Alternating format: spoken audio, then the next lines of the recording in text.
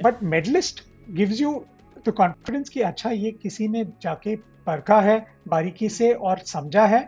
Yeah. पर एक ही caveat है कि हमारे जो मेडलिस्ट हैं, क्योंकि जैसे इक्विटी एनालिस्ट होते हैं, जैसे मैंने उदाहरण दिया, वो 5,000 से ज़्यादा कंपनी है, 5,000 Hmm. फंड स्टॉक तो वो कवर नहीं कर सकते। वैसे ही Exactly. हमारे एनालिस्ट अभी दिनों दिन फंड्स बढ़ रहे हैं, पर हमारे कवरेज में तो कुछ गिने चुने फंड्स ही होंगे जो हमें लगता है कवर करने चाहिए। पर अगर कुछ Okay. चेंज हुआ है बीच में, जैसे फंड मैनेजर चेंज हो गया, या हमने देखा है कि जो इन्वेस्टमेंट प्रोसेस की हम बात कर रहे हैं, पोर्टफोलियो बहुत ही ज़्यादा चेंज हो रहा है कुछ महीनों में, या तो अगर वो देखा तो हम बीच में भी जाके फंड मैनेजर से मिलके रेटिंग चेंज कर सकते हैं। और दूसरा एक लार्ज कैप जो मुझे बहुत अच्छा लगता है, आईसीआईसीआई लार्ज कैप फंड। कुछ और जो फंड्स मैंने लिए हैं, चिराग सेतलवार जी का HDFC mid cap opportunities fund है, और एसबीआई से स्मॉल कैप फंड है।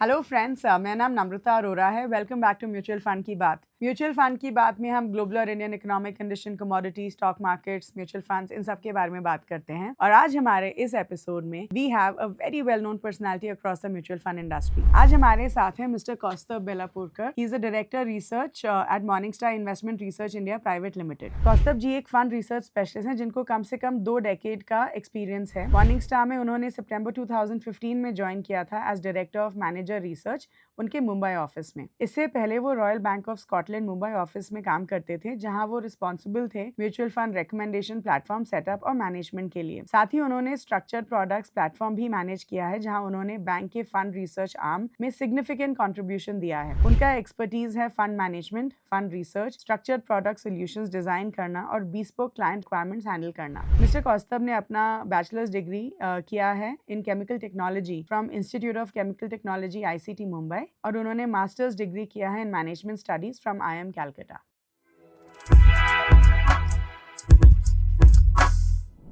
Hello everyone, welcome back to Mutual Fund की बात। Thank you so much for joining us again this week. तो हमने सोचा कि कुछ अलग करते हैं, तो आज हमने जो है आपके लिए we have a very very interesting guest. Today we have with us Mr. Kaustubh Belapurkar, who is the Director Manager Research at Morningstar. Right देखिए, हम सब जो है जब अपने फंड्स को सिलेक्ट करते हैं तो मॉर्निंग स्टार की रेटिंग देखते हैं, and we always look at the ratings and we decide कि हमें कौन से फंड में इन्वेस्ट करना चाहिए। लेकिन आई थिंक आज जो है, क्योंकि कौस्तुभ हमारे साथ है, what we are going to try and understand is कि ये रेटिंग दी कैसे जाती है and what are the different aspects of research that goes behind it. तो आज हमारे बहुत सारे सवाल कौस्तुभ के लिए are going to be around how Morningstar works, right, as a research agency which is so famous and so appreciated by everyone.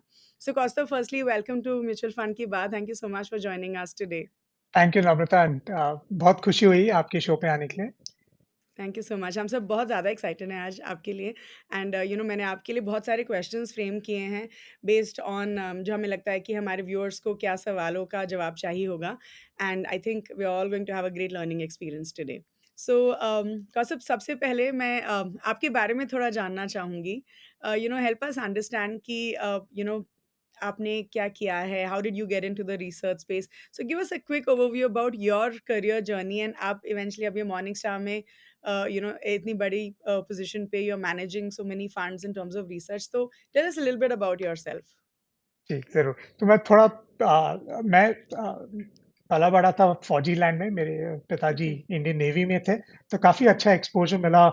Mumbai में, दिल्ली में, विशाखापट्टनम में रहा हूँ, तो काफ़ी डिफरेंट लोगों से मिलना हुआ। तो that was my grounding in terms of life's experiences of moving cities and learning, and I was always interested in mathematics or okay. chemistry.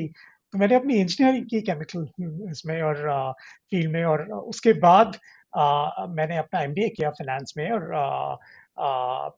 मेरी पहली जॉब जो लगी थी मल्टीनेशनल बैंक में थी, और वहाँ पे मैं काम कर रहा था फंड्स रिसर्च में ही, जो हाई ओके। नेटवर्थ इंडिविजुअल्स होते हैं उनके पोर्टफोलियोज के लिए।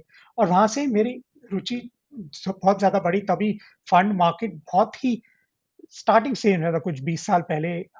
अभी इतना जो पॉपुलर हुआ है तभी नहीं था, और नंबर ऑफ फंड्स भी कम थे। बट वो जो रिसर्च का जो ग्राउंडिंग था कि कैसे हम फंड्स चुनें, जो बड़े-बड़े निवेशकों के लिए अच्छा रहेगा।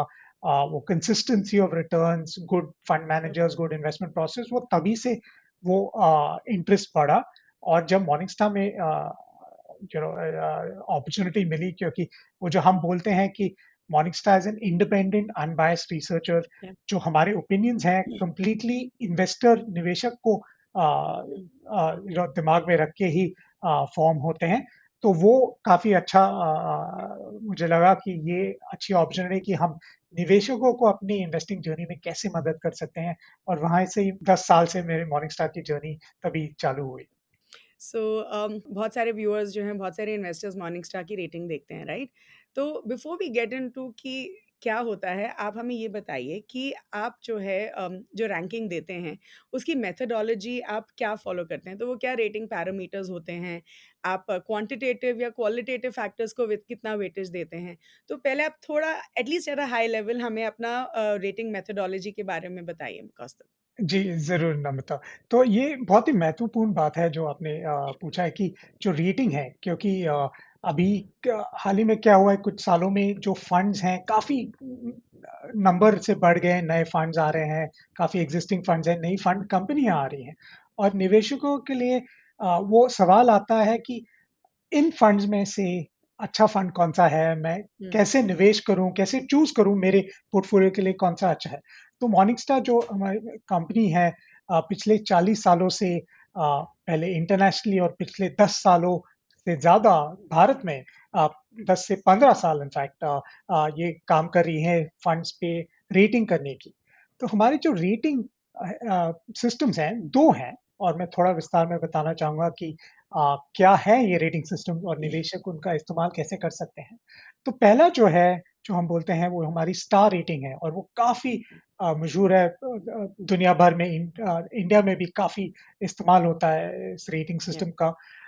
ये जो हम बोलते हैं थोड़ा बैकवर्ड लुकिंग रेटिंग है कि हुँ, हुँ, उस फंड का जो रिस्क एडजस्टेड परफॉर्मेंस है, वो उसके कैटेगरी में बाकी फंड्स के हिसाब से कैसा है, अच्छा है, बुरा है, और वो हमारा स्टार रेटिंग हो जाता है। या और कुछ महत्वपूर्ण बातें जो स्टार रेटिंग में जानने की ज़रूरी है कि ये काफ़ी long term risk adjusted return basis पे है। तो 3, 5, 10 साल तक हम पीछे जाते हैं और देखते हैं कि उस फंड ने रिस्क एडजस्टेड बेसिस पे कैसे परफॉर्म किया है अपने पीयर ग्रुप के, जो अपने कैटेगरी में बाकी के फंड्स हैं, उसके हिसाब से या ये फंड ने कैसे परफॉर्म किया है। दूसरी महत्वपूर्ण बात जो है इस फंड रेटिंग सिस्टम की है कि हम इन निवेशक की तरह सोचते हैं जब ये रेटिंग सिस्टम जो डिफाइन किया है। तो मैं थोड़ा एक्सप्लेन करता हूँ कि ये कैसे काम करता है। अ, अच्छा, अगर हम 2 फंड ले लें और 2 फंड का जो रिटर्न हो, लेट्स अज्यूम 12% हो पिछले 5 सालों में, 12% पर एनम। पर ये 2 फंड्स का अ, अगर आप महीने पर महीने अगर आप रिटर्न देखें, तो उनका ऐसा नहीं है कि वो एकदम साथ में चल रहे हैं। एक फंड होगा जो शायद अगर 12% सोचेंगे तो महीने का एवरेज 1% हो गया, या सिम्प्लिसिटी सेक के लिए। एक फंड होगा जो इसका एवरेज रिटर्न शायद महीने में, कुछ महीने में +5%, कुछ महीने हुँ, में -5% हो। पर दूसरा फंड हो सकता है, और ये इक्विटी फंड की मैं बात कर रहा हूँ, -10% टू +10% हो सकता है। तो उसका हुँ, रेंज वॉलेटिलिटी बहुत ज़्यादा बढ़ता है। और जब हम अच्छा, निवेशक के दायरे से सोचें, तो निवेशक हमेशा चाहता है कि जो मुझे नेगेटिव सरप्राइज़ जो है, कि ये -5%, -10% वो ना मिले। हुँ, पर अगर मुझे पॉज़िटिव सरप्राइज़ मिला, जो पॉज़िटिव वॉलेटिलिटी हम बोलते हैं, जो +5%, +10%, निवेश को अच्छा लगता है कि हुँ, हाँ, एवरेज तो 1% है, पर इस महीने में मुझे अच्छा मिला है। तो या वॉलेटिलिटी अच्छी भी होती है और बुरी भी होती है। तो हम उसके लिए एडजस्ट करते हैं कि जो बुरी वॉलेटिलिटी होती है, उसके लिए हम काफ़ी बड़ी रिस्क पेनल्टी लगाते हैं, और उस हिसाब से हम एडजस्टमेंट करके, तो मॉर्निंगस्टार का ये इन हाउस प्रोप्राइटरी मॉडल है, एडजस्ट करके जो फंड्स ज़्यादा वॉलेटाइल है और ज़्यादा गिरते हैं बुरे मार्केट में, उनको हम ज़्यादा पेनल्टी, रिस्क पेनल्टी देते हैं, और उस हिसाब से हमारा स्टार रेटिंग डिफाइन होता है। कुछ चीज़ें याद रखने की ज़रूरत है इस रेटिंग में। ये बैकवर्ड लुकिंग है, रिस्क हुँ, एडजस्टेड है, पर लॉन्ग टर्म रिस्क एडजस्टेड है। तो और वो कैटेगरी के हिसाब से होगा। तो अगर आप लार्ज कैप फंड्स पकड़ लें, या स्मॉल कैप, या फिक्स्ड इनकम में कॉर्पोरेट बॉन्ड शॉर्ट टर्म जो भी हो, वो उस कैटेगरी के हिसाब से आपको स्टार रेटिंग मिलता है कि अच्छा, ये 5 स्टार रेटेड फंड है, तो पिछले 3, 5 और 10 साल में ये फंड ने अच्छी तरह से परफॉर्मेंस दिया है on a risk adjusted basis versus it's other funds in the same category. तो ये बहुत महत्वपूर्ण बात है कि वो कैटेगरी के हिसाब से। तो ये हुआ हमारा backward backward. Looking risk adjusted performance, जो हम स्टार रेटिंग्स इसको बोलते हैं। दूसरा जो रेटिंग है और ये मॉर्निंगस्टार ने कुछ 10-15 सालों से ये इस पे काफ़ी काम किया है और जो हमारा क्वालिटेटिव फॉरवर्ड लुकिंग एनालिसिस है।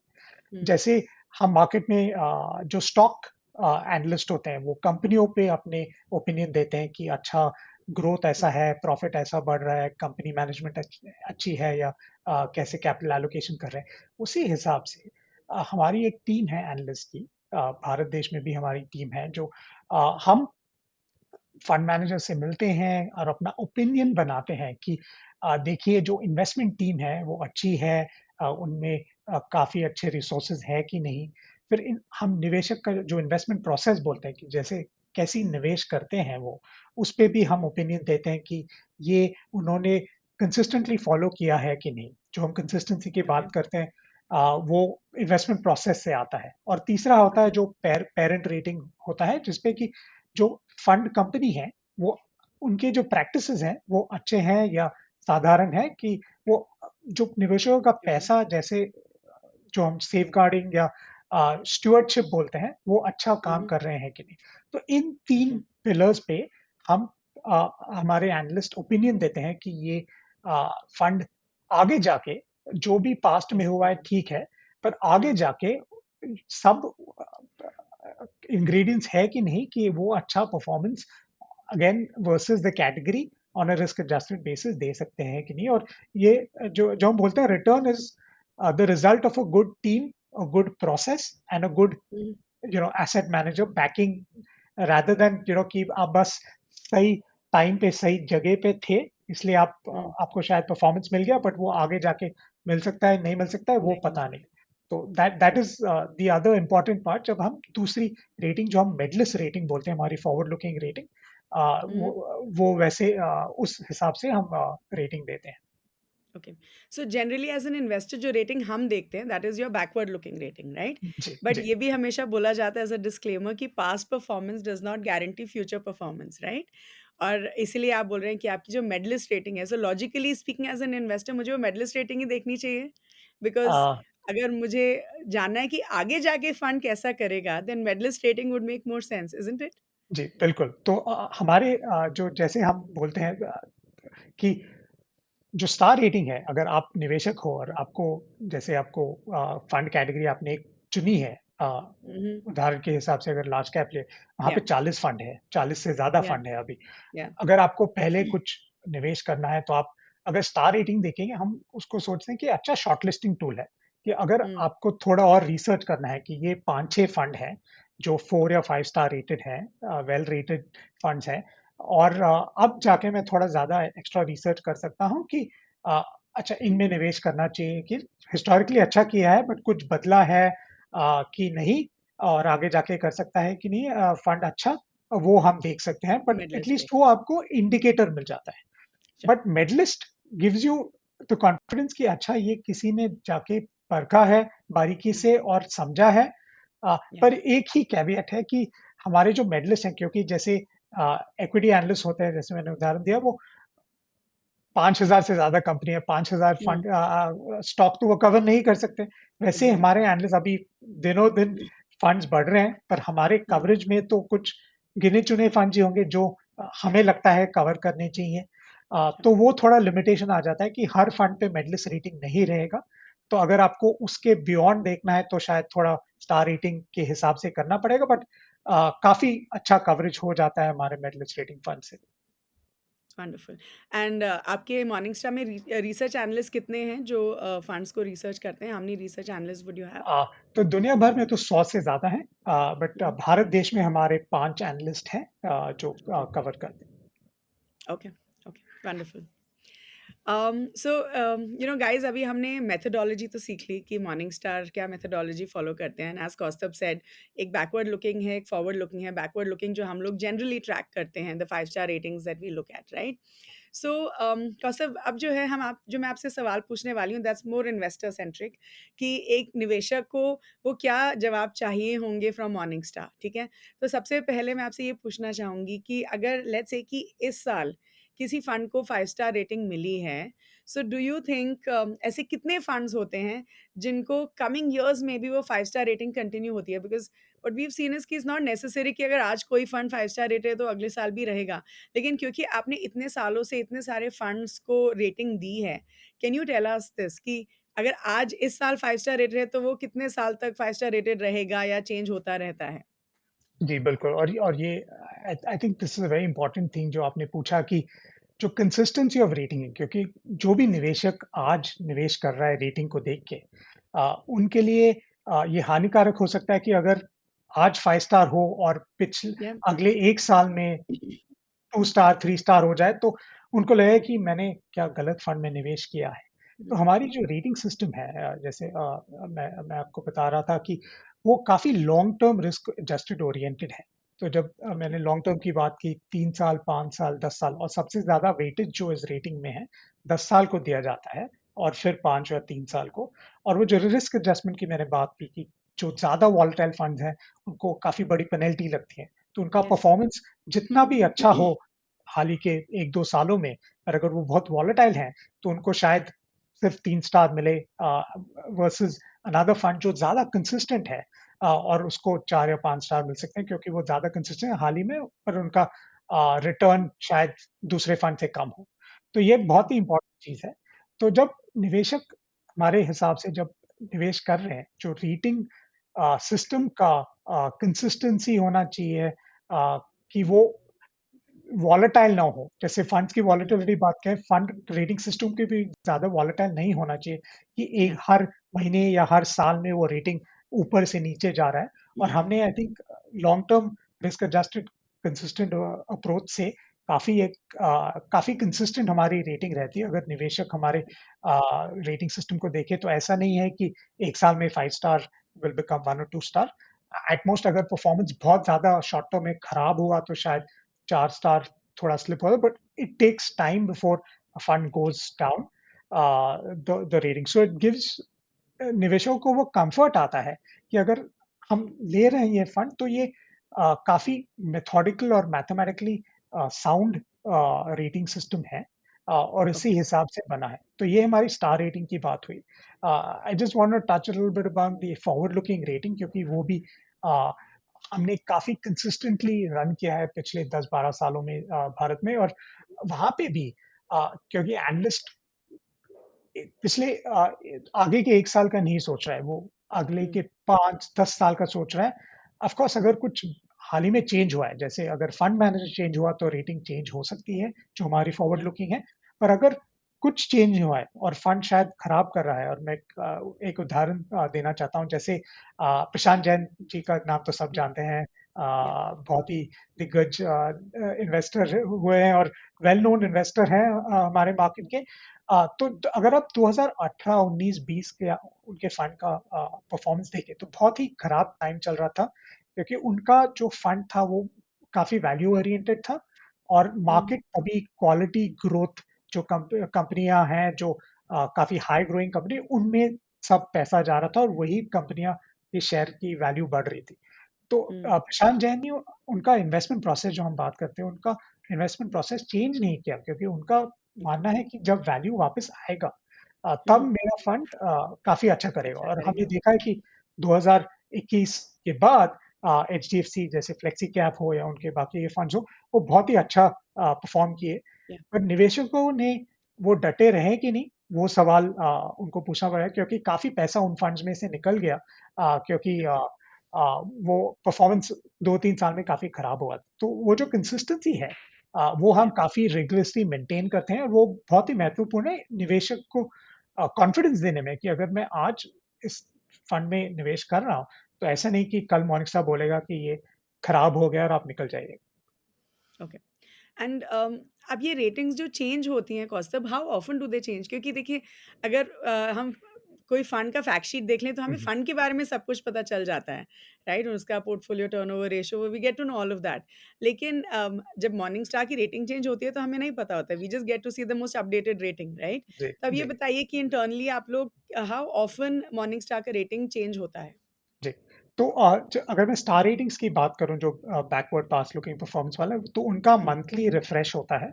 हम्म। पर ऐसा नहीं है कि महीने दर महीने वो रेटिंग चेंज होगा क्योंकि वो वापस 3, 5, 10 साल पिछले 3, 5, 10 साल का परफॉर्मेंस रिस्क एडजस्टेड परफॉर्मेंस देख रहा है। तो अगर हुआ तो इंक्रीमेंटल चेंज होगा प्लस और माइनस 1 डिपेंडिंग ऑन जैसे वो टाइम पीरियड चेंज हुआ है। पर uh, it is a small subset of the overall fund rating system जो चेंज होगा, पर महीने पे वो वापस रीजनरेट होता है। जो हमारी एनालिस्ट रेटिंग होती है, वो टिपिकल साइकिल जो होता है हमारे 1 साल का होता है कि क्योंकि हमने वो काफ़ी लॉन्ग टर्म सोच के वो रेटिंग अच्छा। दी है। और अगर कुछ बदला नहीं है तो हम्म। वो 1 साल का रिव्यू साइकिल होता है, फिर जो एनालिस्ट जाके वापस फंड मैनेजर से मिलेगा और बातचीत करेगा और उसके हिसाब से वो रेटिंग करेंगे। पर अगर कुछ ओके। चेंज हुआ है बीच में, जैसे फंड मैनेजर चेंज हो गया या हमने देखा है कि जो इन्वेस्टमेंट प्रोसेस की हम बात कर रहे हैं, पोर्टफोलियो बहुत ही ज़्यादा चेंज हो रहा है कुछ हम्म। महीनों में, या तो अगर वो देखा तो हम बीच में भी जाके फंड मैनेजर से मिलके रेटिंग ओके। चेंज कर सकते हैं, क्योंकि निवेशकों के लिए वो बहुत महत्वपूर्ण है कि अगर कुछ मटेरियल चेंज आए हैं तो उनको बताना ज़रूरी पता है कि होना चाहिए। ये या शायद फंड मैनेजर चेंज हुआ है या प्रोसेस चेंज हुआ है, वो उनको अच्छा। बताना चाहिए। सो कौस्तुभ, जैसे आपने बोला कि ऐसा भी होता है कि अगर एक 5 स्टार रेटेड फंड है और उसका रेटिंग गिर गया तो शायद इन्वेस्टर्स उसमें से पैसा निकाल लेते हैं। How about the other way around? Let's say कि आज अगर कोई 2 या 3 स्टार रेटेड फंड है, तो क्या मुझे उसमें इन्वेस्ट करना चाहिए विद एन असम्पशन कि वो आगे जाके 5 स्टार रेटेड हो सकता है? क्योंकि मुझे लगता है कि शायद उस फंड के फंडामेंटल्स अच्छे हैं। सो व्हाट डू यू थिंक कि हमें 2 या 3 स्टार रेटेड फंड्स में इन्वेस्ट करना चाहिए या नहीं करना चाहिए? ये बहुत ही बढ़िया सवाल है नमिता जी, और काश निवेशक भी मुझे लगता है मैच्योरिटी धीरे-धीरे आ रही है हमारे मार्केट में। या। बट मोस्टली जब हमने देखा है कि निवेशक, जैसे आपने पहले बोला कि जो फंड खराब कर रहा है वहाँ से निकल जाते हैं हुँ। As opposed to investing in some of these funds. तो मेरे हिसाब से फंड का जो रेटिंग है वो आपको देखना तो चाहिए, जो स्टार रेटिंग भी है। पर जो अगर कुछ चेंजेस हुए हैं which can be a positive, जैसे अगर फंड मैनेजर कोई दूसरे फंड हाउस से या कोई फंड मैनेजर जो आपको अच्छा लगता है उस फंड को टेक ओवर कर रहा है और उनका पास्ट ट्रैक रिकॉर्ड काफ़ी अच्छा है, तो ये भी पॉसिबल है कि जो 3 स्टार रेटेड फंड है, बिकॉज़ मार्केट साइकिल शायद थोड़ा खराब था। जैसे अगर हम वही एग्ज़ाम्पल लें प्रशांत जैन जी का, या। तो क्योंकि वैल्यू इतना अंडर परफ़ॉर्म किया था वो 2-3 सालों में, तो उनके फंड का ट्रैक रिकॉर्ड 3 स्टार पे आ गए थे उस टाइम पीरियड पे। पर या। अगर आप हमारी मेडलिस्ट रेटिंग देखें, वो काफ़ी पॉज़िटिव था तभी भी। तो वो कॉम्बिनेशन अगर आप देखेंगे, तो आपको एक्चुअली सिग्नल मिलेगा कि ये फंड फॉरवर्ड लुकिंग बेसिस पे काफ़ी अच्छा अभी भी लग रहा है। उसका पास्ट ट्रैक रिकॉर्ड परहैप्स थोड़ा-सा वोलेटाइल रहा है because of maybe market cycle उनके फ़ेवर में नहीं था। बट अपॉर्च्युनिटी है कि अगर मैं पहले मार्केट साइकिल टर्न होने से पहले ही निवेश करूँ, तो अच्छा होगा, और ये मैच्योरिटी हम इन्वेस्टर्स में लाना चाहते हैं। क्योंकि हाल ही में जैसे मैंने बोला वो थोड़ा वो रियरव्यू मिरर ड्राइविंग हो गया है या। कुछ निवेशकों के साथ कि जो भी फंड अच्छा कर रहा है 1-2 सालों में, अ, उसमें सब पैसा चला जाता है और जैसे वो खराब करता है, वो पैसा निकल जाता है। और अगर मैं एग्ज़ाम्पल लूँ तो वो बॉलीवुड पुलिस जैसा है, थोड़ा निवेशक थोड़ा कभी लेट हो जाते हैं पार्टी के लिए हुँ। कि या। अच्छा परफ़ॉर्मेंस ऑलरेडी निकल चुका है उस फंड का और आप बहुत लेट हो गए निवेश करने में, और आप फिर काफ़ी निराश हो जाते हैं कि मुझे लगा कि ये फंड सालों-साल अच्छा करेगा। पर निवेशकों को ये याद रखना है कि अच्छे से अच्छा फंड का बुरा वक़्त आएगा, कि थोड़े टाइम में वो फंड खराब कर सकता है क्योंकि मार्केट उसके अगेंस्ट है। बट जो अच्छे फंड मैनेजर हैं वो डटे रहेंगे, अपनी जैसे प्रोसेस है वो फ़ॉलो करते रहेंगे, और जब जैसे बोला अपना टाइम आएगा, जब टाइम आएगा तो वो फंड अच्छा परफ़ॉर्मेंस करेगा। तो ये 2 हिसाब से अगर निवेशक सोचें तो वो जो काउंटर सिक्लिकल अप्रोच जो हम बोलते हैं निवेश करने का, वो अप्लाई कर सकते हैं, और डेफ़िनिटली मुझे लगता है even if a fund is not 4 और 5 स्टार रेटेड, अगर कोई 3 स्टार रेटेड है with a good investment process, या कोई नया इन्वेस्टमेंट मैनेजर आया जो आपको अच्छा लगता है, आप डेफिनेटली आप उस फंड में निवेश करने के लिए सोच सकते हैं। Kaustubh, let me ask you one question. Feel free not to give the answer, लेकिन हम चाहेंगे कि आप इसका जवाब दें। देखिए, ये आप रेटिंग दे रहे हैं बहुत सारे म्यूचुअल फंड्स के ऊपर, राइट? सो क्या कभी ऐसा हुआ है कि किसी फंड हाउस ने इस रेटिंग को इन्फ्लुएंस करने की कोशिश करी हो? और have you ever been under pressure कि कोई मुझे बोल रहा है, ये फंड हाउस बोल रहे हैं, तो चलो बेटर रेटिंग दे देते हैं। सो टेल अस कि क्या आपको प्रेशर आता है एएमसी से टू चेंज द रेटिंग, या how does it work? Tell us. Sure.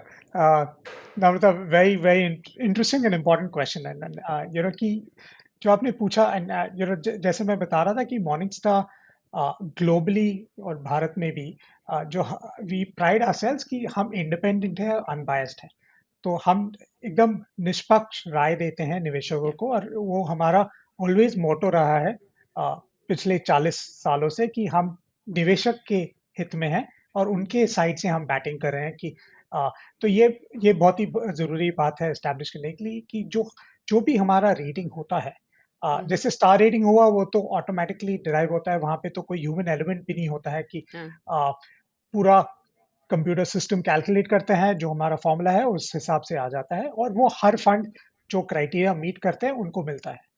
जो एनालिस्ट रेटिंग होता है, जहाँ पे सब्जेक्टिविटी आती है, हमने काफ़ी क्लियर इंडिपेंडेंस मेंटेन किया हुआ है कि पहले तो हमारा जो टीम है, हम डिसाइड करेंगे कि कौन से फंड्स को कवर करना है, क्योंकि जैसे मैंने बोला 1000 प्लस फंड्स हैं, हम शायद सिर्फ 120 फंड अभी कवर करते हैं इक्विटी और फिक्स इनकम में। तो हमें जो लगता है कि ये अच्छे मैनेजर्स हैं या अच्छे इन्वेस्टमेंट प्रोसेसेस है, शायद कुछ जो बड़े फंड हाउसेस हैं, क्योंकि उनमें ज़्यादा निवेशक का इंटरेस्ट है इन टर्म्स ऑफ एयूएम, तो वो वाले हम पहले कवर करते हैं, तो वो डिसीजन हमारा रहता है। कोई फंड हाउस हमें आके नहीं बोलता, आई मीन वो बोल सकते, उनका प्रयत्न होता है कि आप हमें कवर कर सकते हैं क्या, पर क्लियरली वो हमारा डिसीजन होता है कि ये ओके। कवर करने लायक है कि नहीं। और जो भी रेटिंग, जो एक ओपिनियन जो एनालिस्ट एक्सप्रेस करता है, वो एनालिस्ट अकेले में नहीं कर रहा है, क्योंकि हमारा एक फॉर्मल रेटिंग कमिटी होता है जो हमारे ना सिर्फ भारत देश से बट दूसरे देशों से भी लोग होते हैं, जो उस पे काफी डिस्कशन होता है, और उसी हिसाब से फिर तो पूरा डेमोक्रेटिक प्रोसेस है, ना कि एक ही इंडिविजुअल डिसीजन ले रहा है। तो इस हिसाब से हमने काफी इंडिपेंडेंस रखा है, और ये हमारे लिए it's very close to heart in terms of the independent unbiased लेकिन कभी प्रेशर आया इन्वेस्टर्स। है?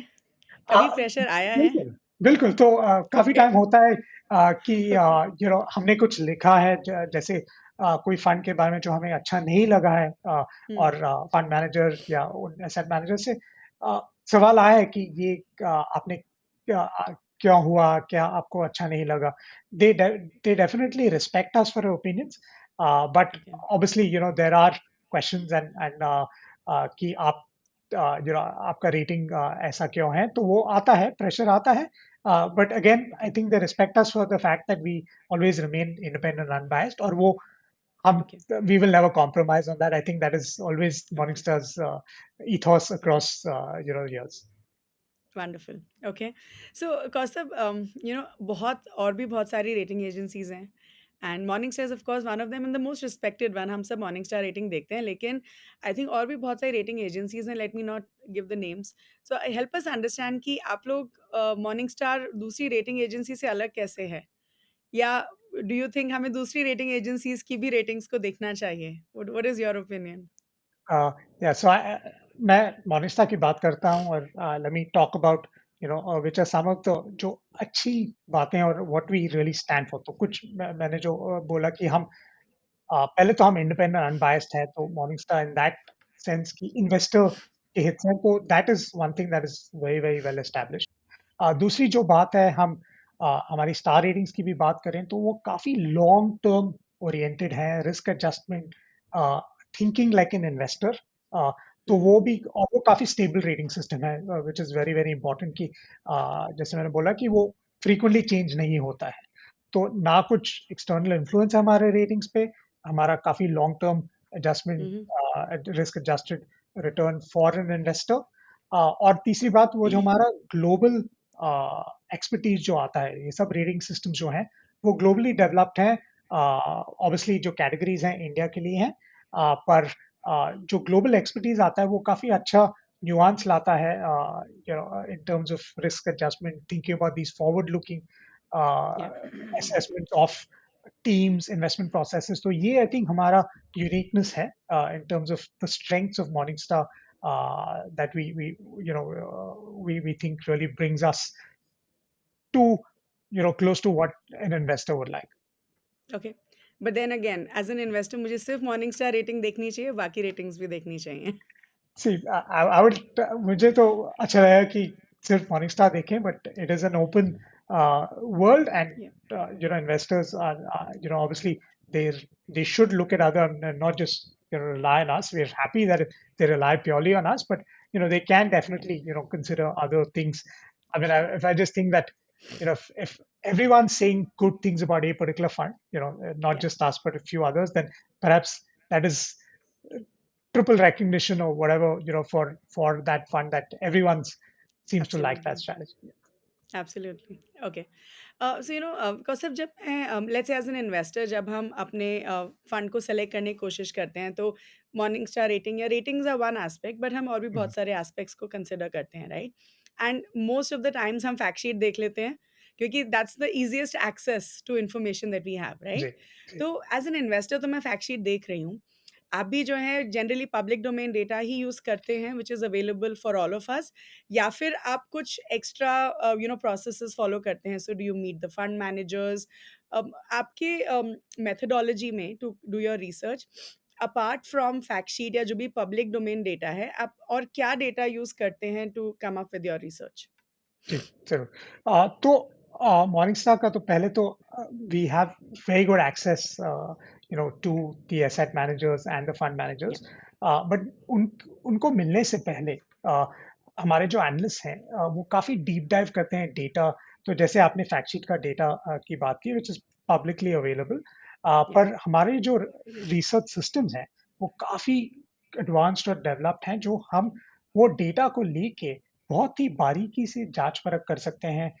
जैसे ओके। अगर मेरे को किसी एनालिस्ट को देखना है कि अ, इस फंड ने कैसे इस स्टॉक को खरीदा या बेचा है depending on the stock price, तो हमें हिसाब लगता है कि मैनेजर क्या स्टॉक प्राइस मोमेंटम चेज कर रहे हैं या बाय एंड होल्ड अप्रोच कर रहे हैं। वैसे ही उनका जो सेक्टर एक्सपोजर है हिस्टोरिकली कैसा रहा है। मैंने स्टाइल की जो बात की, ग्रोथ या वैल्यू हमारे खुद के कैटेगराइजेशन सिस्टम्स है जहां हम अंडरलाइंग स्टॉक्स को ग्रोथ वैल्यू या उसमें बकेट में या डालते हैं, और फिर वो पोर्टफोलियो लेवल पे भी आप देख सकते हैं कि या ये ग्रोथ फंड है या वैल्यू फंड है, और वो कितना कंसिस्टेंटली वो फंड मैनेजर ने वैसे रन किया है। तो ऐसे काफ़ी ओके। 100 से ज़्यादा स्क्रीनर्स हैं हमारे एनालिस्ट, जो वो उनके ओके। उंगलियों पे इतना डेटा आ जाता है कि वो बहुत ही अच्छे तरह से काफ़ी हम्म बारीकी से एनालाइज़ कर सकते हैं कि फंड में हो क्या रहा है। और जैसे हम्म मैंने बात की इन्वेस्टमेंट प्रोसेस की जो कंसिस्टेंसी है, ये डेटा पॉइंट्स को देख के काफ़ी ओके। अच्छा हिसाब लग जाता है कि ये कंसिस्टेंटली मैनेज कर रहे हैं कि नहीं, कि आपको एक चीज़ बता रहे हैं और एक्चुअली बैक एंड में और कुछ चल रहा है। क्योंकि जैसे मैं ओके। बता रहा था, जो रिटर्न्स हैं, it is a good investment team and a process. As long they both come together, then returns will be a result of that, and that those are sure. the consistent returns that जो निवेशकों को चाहिए। तो ये okay. काफ़ी detail analysis होता है हमारे एनालिस्ट के थ्रू। फिर हम जाके फंड मैनेजर से मिलते हैं, काफ़ी डिटेल डिस्कशन होता है, काफ़ी हम पॉइंटेड सवाल भी पूछते हैं कि आप ये ऐसा डिसीजन क्यों लिया? आप बता सकते हैं ये चेंजेस क्यों हुए हैं? और उसी या हिसाब से फिर वो अपना ओपिनियन बिल्ड करते हैं कि अच्छा ये टीम अच्छी है कि नहीं? ये प्रोसेस अच्छा है कि नहीं? और हम काफ़ी सालों से मिल रहे हैं, तो थोड़ा हम जान गए काफ़ी ओके। फंड मैनेजर्स का क्या स्टाइल है, क्या स्ट्रेंथ्स हैं, हम्म क्या वीकनेसेस हैं। या बट यू थिंक अगर फंड मैनेजर चेंज हो रहे हैं किसी फंड के, तो वो एक हुँ, इम्पॉर्टेंट पैरामीटर होता है for you to reconsider your fund? क्योंकि of course fund management process ये हो सकता है कि अगर एक नई फंड मैनेजमेंट टीम आई है तो उनका पूरा प्रोसेस चेंज हो गया है, like you rightly hmm, said, right? तो आप उसको भी पूरा एनालाइज करके you you go through the whole research process, क्योंकि यू हेल्प अस अंडरस्टैंड, क्योंकि मैं शायद फंड मैनेजर को on a regular basis track नहीं कर रही हूँ। एक बार मैंने हम्म, फंड में इन्वेस्ट कर दिया, I am good to go, right? Correct. और ये I think this is also very very important thing Namita ji, क्योंकि जो फंड मैनेजर्स होते हैं उनके स्पेसिफिक स्किल सेट्स होते हैं उनके। और ये भी याद रखना चाहिए कि फंड मैनेजर तो पब्लिक फेस है, वो ऑब्वियसली या, पोर्टफोलियो मैनेज कर रहे हैं, बट एक बड़ी टीम है जो उनको सपोर्ट कर रही है एग्जैक्टली। स्टॉक आइडियाज में, मैक्रो रिसर्च और वो सब।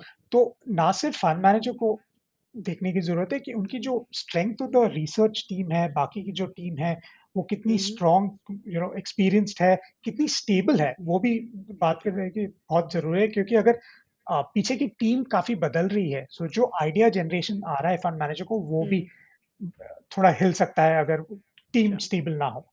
अ, ओके। आपके सवाल पे जो अगर फंड मैनेजर बदला, हाँ ज़रूर ये ट्रिगर होता है कि अ, हमें देखना पड़ेगा कि अभी जो नए फंड मैनेजर आ रहे हैं, उनका इस पोर्टफोलियो से क्या लिंकेज रहा है, उन्होंने ऐसे टाइप का पोर्टफोलियो कभी पहले मैनेज किया है कि नहीं, वो शायद उसी फंड हाउस से आ रहे हैं या बाहर से आ रहे हैं, पर उनका हिस्ट्री कुछ रहेगा कि जो हमें help us assess and understand कि श्योर। उन्होंने कैसा किया था। अगर जैसे लार्ज कैप फंड है तो हैज ही और she manage the large cap fund in the past, तो वो थोड़ा कॉन्फिडेंस आता है। फिर वो जो स्टाइल की बात होती है, उनका जो इन्वेस्टमेंट प्रोसेस है वो कैसा है, is it different from what the current fund was being run by the current manager.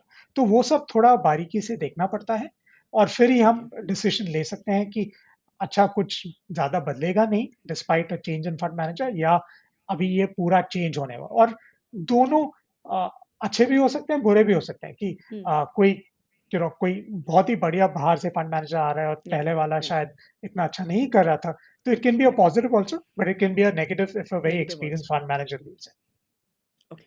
Okay. So I think मैंने आपसे बहुत सारे सवाल जो पूछे around research methodology and how we should look at a lot of aspects.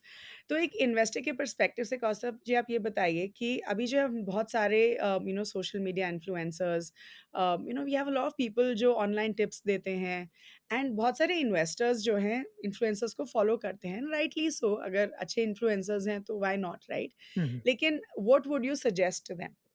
तो ऐसे investors को आप क्या बोलना चाहेंगे जो शायद अपना पूरा इन्वेस्टमेंट इन्फ्लुएंसर्स के टिप्स के बेसिस पे बनाते हैं? जी। अ, और ये भी तो अच्छी बात भी है और बुरी बात भी है जो पूरा सोशल मीडिया इन्फ्लुएंसर एक्सप्लोजन हुआ है। पहले तो उन्होंने इन्वेस्टिंग को मेन स्ट्रीम किया है, वो they have taken it to every nook and corner of the या, country, which is great. I mean, उनका reach, I must admit, is great, and it is created, काफी awareness create किया है निवेशकों में कि अच्छा या, ये भी निवेश करने की opportunities हैं। पर क्या हो जाता है कि निवेशक कभी-कभी they get carried away कि क्योंकि इट इज ह्यूमन नेचर कि हम थोड़ा जल्दी में रहते हैं कि हुँ, गेट रिच, जल्दी पैसा बनाना है। बट उनको ये याद रखना है कि इन्वेस्टिंग मैराथन की तरह है। आप 100 मीटर की दौड़ नहीं सोच सकते कि अगर आप 100 हुँ, मीटर जैसे दौड़ेंगे आप साइड में या गिर जाएंगे, आप थक के आप आपका सब या, पैसा, यू विल लूज एवरीथिंग। तो आपको बहुत ही रिलीजियसली मेथोडिकली निवेश करना है। या, don't get influenced by the fact कि अगर ये निवेशक ने ऑफ इन्फ्लुएंसर ने ये ऐसा किया और बहुत पैसे बने हैं कि वो आपके हुँ, लिए भी काम करेगा।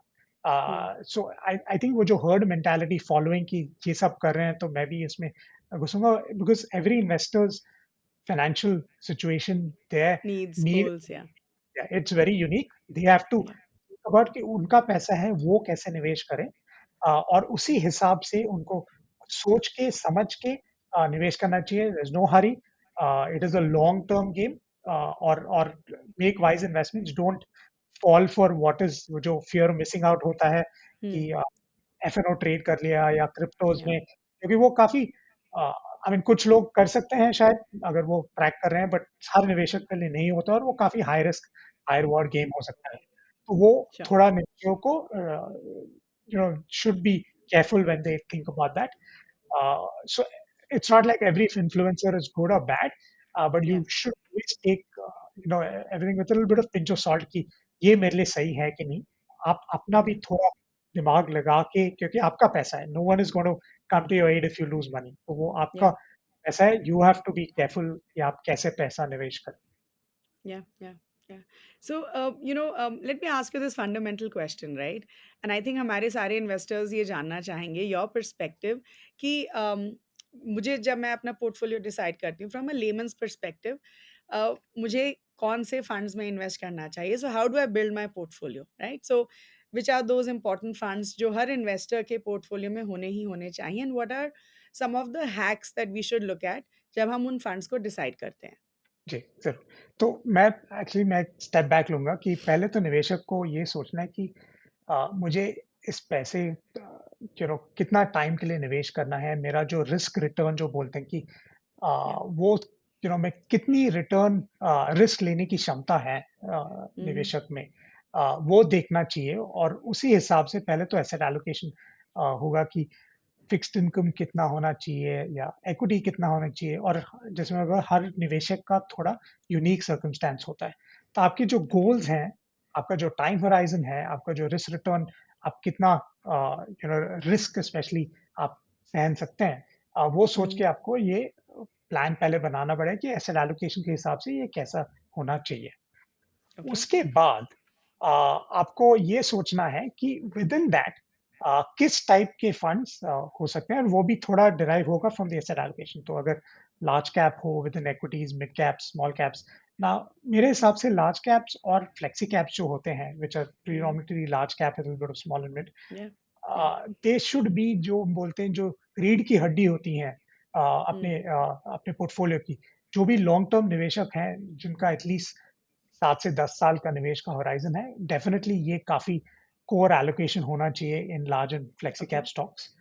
और बाकी का आप mid and small cap funds में थोड़ा डाल सकते हैं, और लिक्विडिटी या शॉर्ट टर्म जो पार्किंग होता है, वो सेफर फिक्स्ड इनकम फंड्स जैसे शॉर्ट टर्म फंड्स हो या कॉर्पोरेट बॉन्ड फंड्स हो या even liquid Okay. Money market अगर आपका बहुत शॉर्ट टर्म, वो उस हिसाब से आप निवेश कर सकते हैं। आई थिंक दैट इज, Okay. जो हम बोलते हैं कि फंड सिलेक्शन तो जरूर इम्पोर्टेंट है, पर आप अगर एसेट एलोकेशन पहले ठीक से जज करके डिसाइड कर लें, तो आपका Mhm. 80% काम हो गया। तो Okay. जैसे जैसे अगर Okay. अगर आप आप बावर्ची हैं और आप कुकिंग कर रहे हैं, तो आपका जो Mm. रेसिपी अगर ठीक हो, तो 80% काम हो गया। पर आपको जो इंग्रेडिएंट्स हैं, जो 20% का एफर्ट है, जो आप फंड Mm. सिलेक्ट करेंगे, वो भी बहुत महत्वपूर्ण है, कि अगर आपकी रेसिपी Mm. अच्छी हो पर आपकी इंग्रेडिएंट्स खराब हो, तो हाँ. डिश तो अच्छी नहीं होने वाली। तो Yeah. ये जो फंड सिलेक्शन है जिसकी हम बात कर रहे हैं, अगर आप सिर्फ रीसेंट पास्ट परफॉर्मर्स को बाहर छोड़ दें कि Mhm. अच्छा ये फंड क्वार्टाइल वन है क्योंकि इसने 50% दिए हैं 2 साल में, पर वो आपके फंड के लिए, पोर्टफोलियो के लिए शायद अच्छा नहीं है, तो वो आपको सोचना है कि आपके जो एलोकेशन के हिसाब से कौन से कंसिस्टेंटली मैनेज फंड्स हैं, लार्ज कैप में हो या Okay. कैप में हो, वो आपको निवेश करना चाहिए। और एक दूसरा जो हैक है, विच जो हम डिवर्सिफिकेशन की बात करते हैं, तो हम एसेट क्लास डिवर्सिफिकेशन हो गया, मार्केट कैप डिवर्सिफिकेशन हो गया, बट स्टाइल डिवर्सिफिकेशन जो मैं Mhm. बार बार बोल रहा हूँ, जैसे वैल्यू एंड ग्रोथ, अगर हम Yeah. दोनों का मिश्रण कर लें आपके पोर्टफोलियो में, तो Mm. आपका पूरा डिवर्सिफिकेशन काफी बढ़िया हो जाएगा, क्योंकि कभी वैल्यू अच्छा करेगा, कभी ग्रोथ अच्छा करेगा, तो आप चेज नहीं कर रहे हैं कि मैं पूरा ग्रोथ में Yeah. चला जाऊं या पूरा वैल्यू में चले जाऊं। आप Mm. मिश्रण करके काफी डिवर्सिफाइड पोर्टफोलियो आप पा सकते हैं। Okay. Okay. सो जब हम आपने बोला कि या तो लार्ज कैप फंड्स या flexi cap funds become a backbone of your portfolio, लेकिन वी रियलाइज कि जो फ्लेक्सी कैप फंड्स होते हैं they very large cap heavy in general, right? Hmm. तो डू यू स्टिल थिंक कि एक इन्वेस्टर के पोर्टफोलियो में लार्ज कैप फ्लेक्सी कैप दोनों होने चाहिए? आप आपका जैसे आपको जो ऑप्टिमम एलोकेशन चाहिए, you can either achieve through जो हम बोलते हैं purely large caps and mid caps and small caps, तो एक वो व्यू हो गया। दूसरा, आप फ्लेक्सी ओके. कैप से भी ले सकते हैं, and then okay. You can not really choose too many of the other categories, तो वो हम्म. आपका पर्सन डिपेंडेंट है। आई मीन आई प्रेफर कि आप purely large caps and mid caps तो स्पेशलिस्ट फंड्स लीजिएगा, बट वो निवेशक टू निवेशक डिपेंड करता है कि उनको क्या रूट अच्छा लगता है। देयर इज नो राइट और wrong answer to be honest, hmm दोनों अच्छे क्योंकि काफी अच्छे लार्ज कैप फंड्स भी हैं, काफी अच्छे फ्लेक्सी कैप फंड्स भी हैं। और आपका जो कमेंट था वो बहुत ही वैलिड है कि काफी flexi cap funds large cap heavy होते हैं। भी होते हैं। आई थिंक वो बाय डिजाइन वो एक्चुअली अच्छी बात है, क्योंकि इन्वेस्टर्स को हम्म भी प्रेडिक्टेबिलिटी मिलता है कि 60 या 70% इस फंड में से लार्ज कैप्स में ही रहेगा और बाकी का मिड और स्मॉल कैप्स में रहेगा, क्योंकि मोस्ट इन्वेस्टर्स का जो एलोकेशन है, अनलेस आप काफी रिस्क टेकिंग है, typical allocation 60-70% large caps plus the remaining in small and mid caps रहेगा। Okay, so कौस्तुभ आपने बोला कि of course create your portfolio with large and flexi cap funds, but let's say कि मैंने किसी फंड में invest किया है और वो फंड अब अच्छा नहीं कर रहा है, so I want to ask you कि हमें कितने टाइम तक वेट करना चाहिए, बिकॉज ऑनेस्टली हमने ये देखा है कि ऐसे बहुत सारे फंड्स रहे हैं जिन्होंने शायद कंसिस्टेंटली बहुत अच्छा परफॉर्म किया हो और बहुत सारे इन्वेस्टर्स ने उनमें इन्वेस्ट किया है, लेकिन अब पिछले 3 या 4 साल से उनका परफॉर्मेंस उतना अच्छा नहीं रहा है। There are a lot of classic funds which are available जो जो ये ट्रेंड फॉलो कर रहे हैं। तो एज एन इन्वेस्टर ऐसी सिचुएशन में मुझे क्या करना चाहिए? Should I give more time to the fund या फिर मुझे लगना चाहिए कि I think we are done? So what do you think? Okay, so that's a great question Namit, और मैं कुछ एग्जांपल्स देना चाहूँगा। कुछ हमने स्टडीज़ की थी, और 2 स्टडीज़ हैं जो बहुत ही महत्वपूर्ण हैं। तो पहले तो हमने स्टडी की कि जो निवेशक का रिटर्न, इन्वेस्टर रिटर्न का कॉन्सेप्ट होता है, क्योंकि फंड में से पैसा आता है, निकलता है, और जो फंड का रिटर्न होता है, वो उसी निवेशक को मिलता है जो वो पूरे टाइम पे निवेश किया। तो डे 0 से डे जो भी 5 साल तक निवेश किया, तो उसी निवेशक को 5 साल का रिटर्न मिलेगा। बाकी निवेशकों का ऊपर हो सकता है, नीचे हो सकता है। और जो हमने देखा कि काफ़ी निवेशक जो एवरेज रिटर्न जो मिला है निवेशक को, वो 2 से 3% फंड के रिटर्न से कम रहा है। और वो क्यों रहा है? क्योंकि निवेशक वही पास रिटर्न्स को देख के या बहुत लेट आते हैं उस फंड में, या हताश होके बहुत जल्दी निकल जाते हैं। जैसे आपने बोला कि अगर वो फंड हाल ही में अच्छा नहीं कर रहा है, तो निवेशक या शायद दे थिंक कि अभी ये फंड अच्छा नहीं है, तो हम निकल जाते हैं। या तो ये बहुत ही इम्पोर्टेंट है, क्योंकि अगर फंड में कुछ बदलाव नहीं हुआ है, जैसे मैंने बोला कि हर फंड का अच्छा टाइम होगा और बुरा टाइम आएगा ही, क्योंकि वो मार्केट जो है वो ऐसे ही चलता है कि कुछ ना कुछ जो साइकिल होता है, वो कोई फंड अच्छा करेगा, कुछ अच्छा नहीं करेगा। पर आप एज अ निवेशक और fund manager as a investor, आप उसमें से पहले से निवेश होना चाहिए अगर आपको मैक्सिमाइज करना है वो मार्केट साइकिल को। श्योर अगर आप, जैसे मैंने वैल्यू फंड का एग्जांपल दिया, अगर आप वैल्यू फंड से 2018-19 में निकल गए, तो आपको एक्चुअली 2021 टू 23 का जो अच्छा बढ़िया परफॉर्मेंस आया, वो आपने पूरा मिस कर दिया। और अभी या उसको देख के निवेशक आ रहे हैं। वैसे ही 2018-19 में सब पैसा ग्रोथ फंड्स में जा रहा था, क्योंकि ग्रोथ बहुत ही बढ़िया कर रहा था। पर या निवेशक काफ़ी लेट थे निवेश करने में, और फिर 21 से उनका परफॉर्मेंस खराब रहा। तो ये मेरे हिसाब से ये जो रियरव्यू मिरर ड्राइविंग हो रहा है थोड़ा-सा काफ़ी निवेशकों के साथ, वो उनको कंट्रोल करना चाहिए। और एक जो आप कर सकते हैं, जैसे मैंने बोला, आप ये डाइवर्सिफिकेशन कर सकते हैं ऑफ डिफरेंट स्टाइल्स। दूसरी बात जो है, आपने जब फंड में निवेश किया है पूरा रिसर्च करके, तो आप थोड़ा पेशेंस ज़रूर रखिएगा। आप देखिएगा, ट्रैक कीजिएगा कि कुछ बदल रहा है। अगर फंड मैनेजर चेंज हुआ, तो आपको डेफिनिटली रिकंसिडर करना या चाहिए या अगर कुछ बदला है। पर अगर पोर्टफोलियो में कुछ ज़्यादा बदलाव नहीं आया है, वो इट्स रनिंग स्टेडी स्टेट, तो आप you should be patient, give it time, it will come back. Okay okay, but then how much time do you think we should give? I would I think 2 से 3 साल तो minimum देना okay चाहिए। और अगर okay आप अगर आपका क्लियर ऑब्जेक्टिव है कि मैंने ग्रोथ भी लिया है, वैल्यू भी लिया है, और मेरे को पता है कि एक अच्छा करेगा, दूसरा अच्छा नहीं करेगा, तो जो बिहेवियर होता है इन्वेस्टर का, वो थोड़ा सेटल हो जाता है, क्योंकि मुझे पता है कि कुछ फंड अच्छे कर रहे हैं, कुछ नहीं कर रहे हैं, and that helps with the investors behaviour, the way they stay invested, versus someone कि आपने पूरा चेज करके एक ग्रोथ ही लिया या वैल्यू ही लिया। आप ओके आप निकलते जाएंगे और कोई नए फंड में जाते जाएंगे। Sure. Okay. So Kaustubh, I'm going to ask you the last question, and I do think कि ये question शायद हमारे सारे निवेशक आपसे पूछना चाहेंगे, and I want an honest answer. Tell us, क्योंकि देखिए आप इतने बड़ी रिसर्च एजेंसी को मैनेज करते हैं, तो obviously best person to ask this question, तो आप हमें ये बताइए, आपका जो पर्सनल म्यूचुअल फंड पोर्टफोलियो है, उसमें कौन-कौन से फंड्स हैं? And I don't want the categories, I want the names of the funds. Okay, and tell me कि आपका जो लॉन्गेस्ट होल्डिंग फंड है, वो कौन-सा है? okay. So, I mean, I have a limited number of funds in my portfolio because okay, मैंने काफ़ी बारीकी सोच के ओके, लॉन्ग टर्म इन्वेस्ट और मैं सिर्फ अभी इक्विटी में इन्वेस्टेड हूँ क्योंकि मेरा लॉन्ग टर्म अप्रोच है। अ, तो कुछ फंड्स जो मुझे बहुत हमारी टीम को भी बहुत पसंद है और मेरे पोर्टफोलियो में भी काफ़ी टाइम से हैं।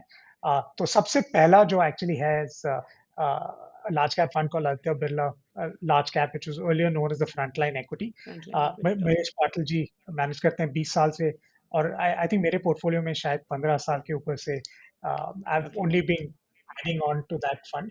दूसरा एक ओके, लार्ज कैप जो मुझे बहुत अच्छा लगता है is ICICI large cap fund.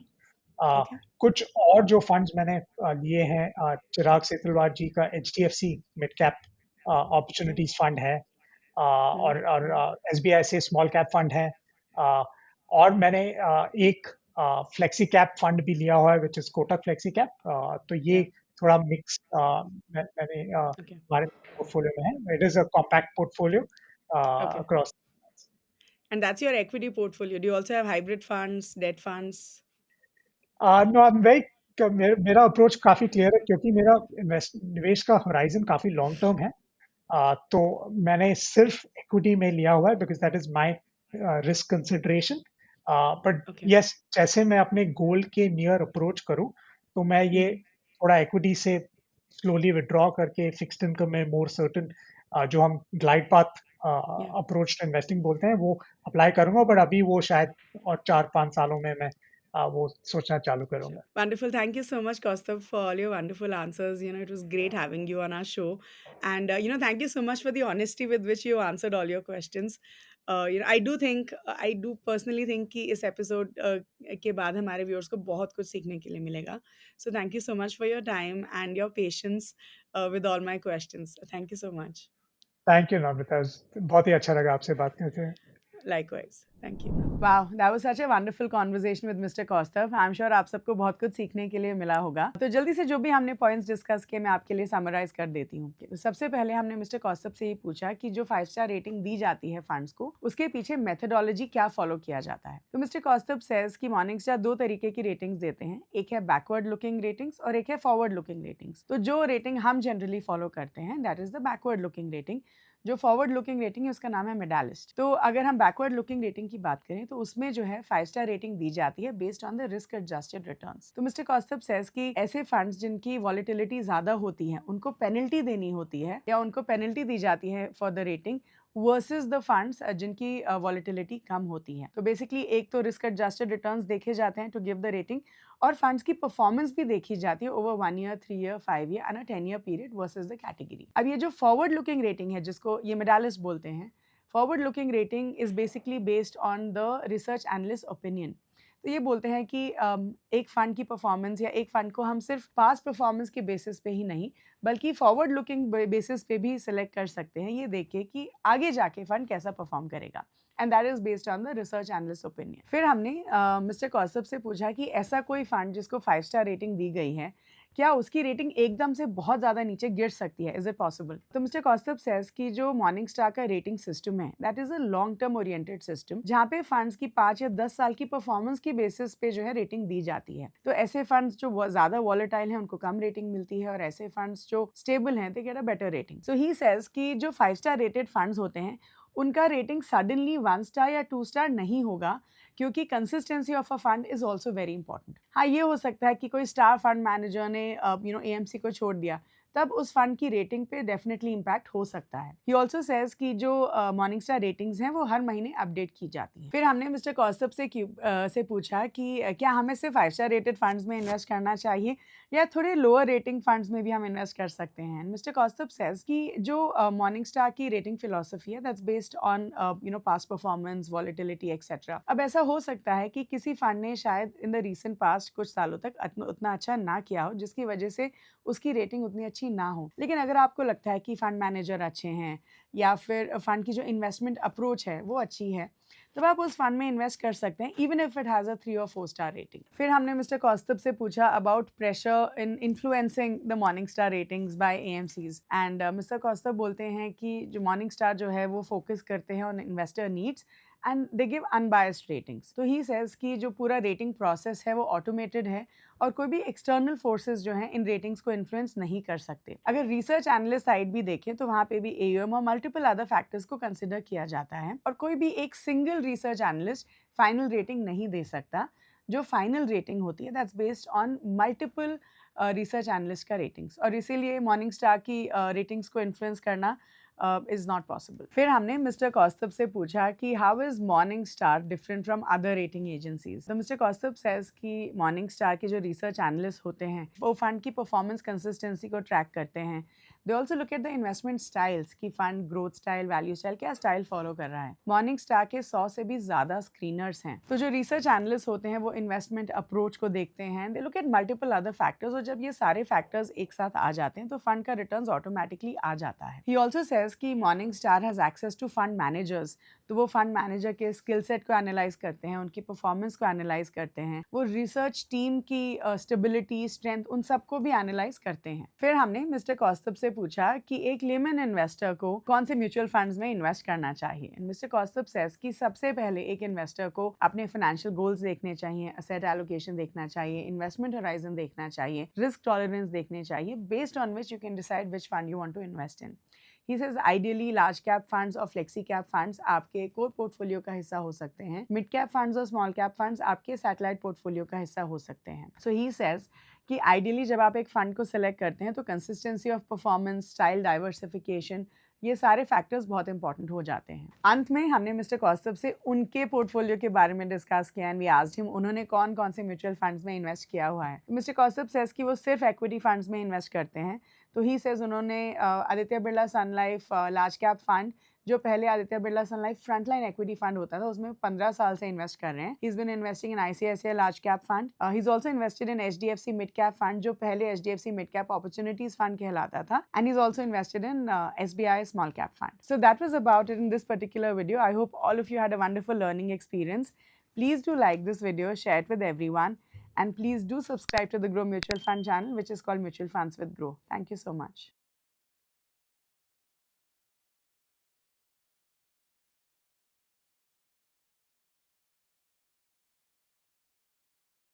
Mutual fund investments are subject to market risks. Read all scheme-related documents carefully.